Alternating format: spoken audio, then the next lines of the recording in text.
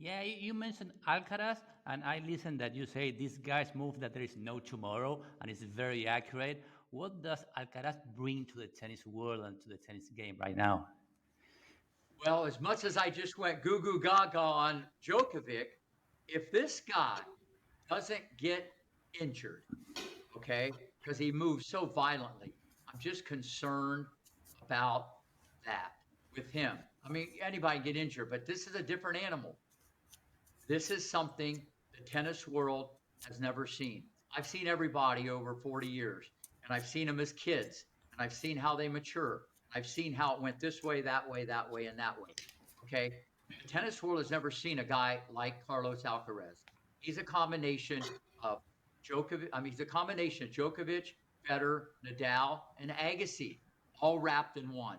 And he's Okay. all wrapped in one. But the wild card, he's a Broadway performer. He loves to perform. He's an artist. Okay. He has incredible firepower. Technical base is great, but his hands are like cotton. He's a Spanish magician. He can dip it, flip it, rip it, massage the ball. But more importantly, anybody watching this, that starts at a young age. He's not only revolutionizing how all the players train, okay, and play the game, he's motivated all the players on the tour. He's changing how you teach the game because now it's okay to drop shot. Yeah. Before, it was you miss a drop shot, like, what are you doing that for, you knucklehead? But if it goes in, hey, good shot, buddy. Now, there's been more drop shots in the last 4 years on the ATP tour in the history of the game. That's a stat people don't realize. Attempted. Okay. The problem is that Carlos been doing it since '86. And what I love, nobody discouraged it. And that's the art of coaching. Don't worry about today. It's junior development, not junior final destination. It's not where you start, it's where you finish. That's a positive error. Now, I get it. There's a fine line between courage and stupidity. You got to be careful with those guys. You know what I mean?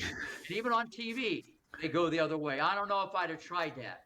My take is you're not Carlos Alcaraz because when it goes in, what courage, what belief, all these guys are saying it.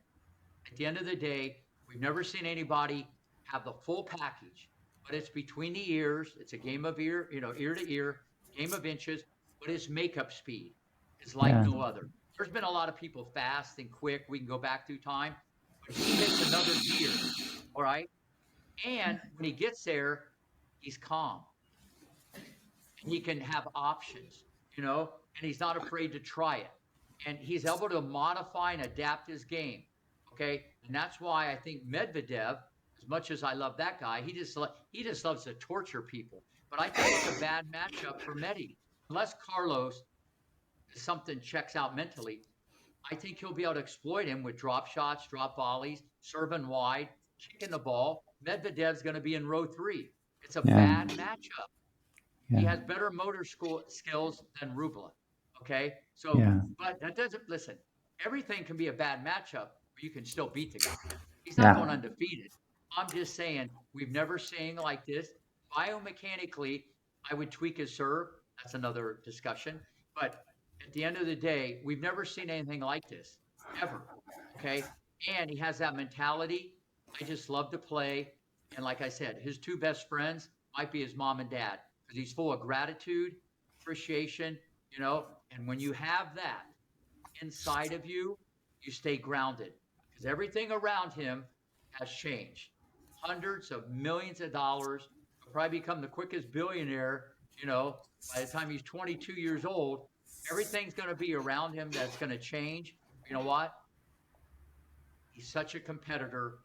It's anybody, anytime, anywhere who's on the other side of the net.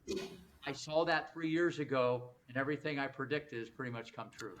Yeah, sometimes when I watch Carlos playing, I think that he plays for the crowd. And there are many American players right now in the top 10, Taylor Fritz, TFO, now Ben Shelton. Do you think someone of them can be competitive against Alcaraz and Novak right now? And if there's a guy, what he have to improve to be there?